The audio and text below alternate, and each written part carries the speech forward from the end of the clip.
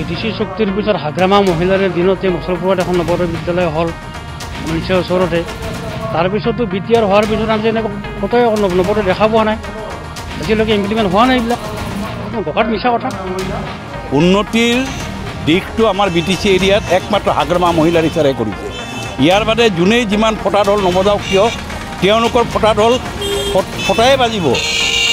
মই আপোনালোকক এটা কথা ক'ব বিচাৰোঁ যে যেতিয়া শৰৎ চন্দ্ৰ সিংহ চিফ মিনিষ্টাৰ আছিলে, অসমৰ চিফ মিনিষ্টাৰ শৰৎ সিংহ যেতিয়া আছিলে, তেতিয়া একমাত্ৰ আমাৰ BTC এৰিয়াত এই থাৰ্মেল পাৱাৰ প্ৰজেক্টটোৱে হৈছিলে। ইয়াৰ বাদে আৰু একো হোৱা নাছিলে। তাৰ পিছত যিখিনি ডেভেলপমেণ্ট হৈছে, আজি শিক্ষাৰ ক্ষেত্ৰত কওক, আজি আপোনাৰ স্বাস্থ্যৰ ক্ষেত্ৰত কওক, যিকোনো ক্ষেত্ৰতে নকওক কিয় গোটেইখিনি ডেভেলপমেণ্ট একমাত্ৰ হাগ্ৰামা মহিলাৰ ইচ্ছাৰে কৰিছে, একমাত্ৰ BPF দলে কৰিছে।